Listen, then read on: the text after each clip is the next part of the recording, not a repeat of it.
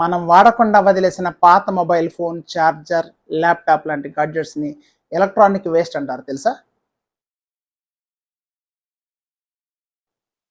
మీరు ఎప్పుడైనా ఆలోచించారా? ఈ ఎలక్ట్రానిక్ వేస్ట్‌ని పారేసిన తర్వాత అవి ఏమవుతాయో, ఎక్కడికి వెళ్తాయో అని? ఎలక్ట్రానిక్ వేస్ట్ అనేది సాధారణమైన చెత్త కాదు. అంత తేలిగ్గా మాయం అయిపోవటానికి. ఇది ఎక్కువగా అనధికార రీసైక్లింగ్ కేంద్రాల్లో వర్కర్స్ వాటిని కాల్చటం, పగలగొట్టడం ద్వారా భాగాలను విడదీసి బంగారం, రాగి, అల్యూమినియం వంటి లోహాలను తీసే ప్రయత్నం చేస్తారు.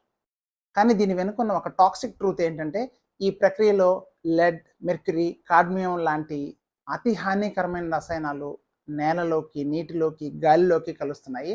అవి మన ఫుడ్ చైన్‌లో కూడా చేరి మన ఆరోగ్యానికి, అలాగే జంతుజాలానికి, పర్యావరణానికి తీవ్ర నష్టం కలిగిస్తున్నాయి. ప్రతి సంవత్సరం భారతదేశం 16 లక్షల టన్నుల కంటే ఎక్కువ ఈ వేస్ట్ ఉత్పత్తి చేస్తుంది. ఇది అంతకంతకు కూడా పెరుగుతోంది. బాధాకరమైన విషయం ఏంటంటే, అందులో కొద్ది శాతం మాత్రమే సురక్షితంగా రీసైకిల్ అవుతోంది. అయితే మనం చేయాల్సిందేంటి? ఈ వేస్ట్‌ని మామూలుగా చెత్త వేసే బాస్కెట్స్‌లో అస్సలు డంప్ చేయకూడదు. బాధ్యతతో వాటిని డొనేట్ చేయటం లేదా రీసైకిల్ కానీ చేయాలి.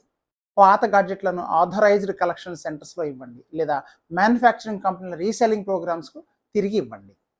మన కంటికి కనబడిన ఈ ఎలక్ట్రానిక్ తుఫాన్లో నుండి ప్రతి చిన్న చర్య మన భూమిని రక్షిస్తుంది. ఈ విషయం చాలా మందికి ఇంకా తెలియదు.